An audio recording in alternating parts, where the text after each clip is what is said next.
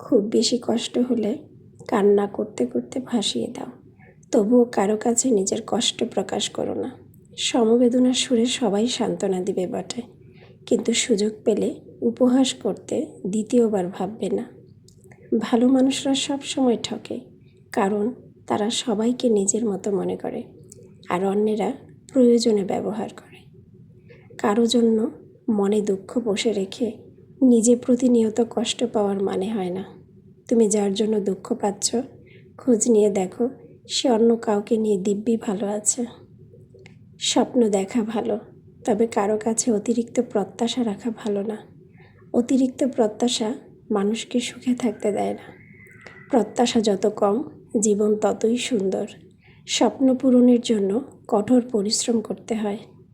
কথা একটাই, থাকতে মূল্য দাও, হারিয়ে গেলে নয়।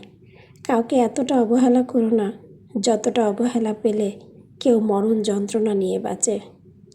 যারা নারীকে সম্মান দিতে জানে তারা কখনো চরিত্রহীন হয় না। সবাই নারীকে সম্মান দিতে জানে না, কারণ সবার মধ্যে মনুষ্যত্ব নেই। নারীকে নিজের করে বন্দি করে রাখতে পৃথিবীর দামি দামি গিফট লাগে না। নারীরা চায় একটু ভালোবাসা আর সম্মান। নারী আছে বলেই পৃথিবী এত সুন্দর। নারীকে যারা অসম্মান করে তারা কখনো প্রকৃত মানবতা সম্পন্ন মানুষ হতে পারে না। কারো জন্য জীবন থেমে থাকে না। জীবন জীবনের মতো ঠিকই চলে যায়।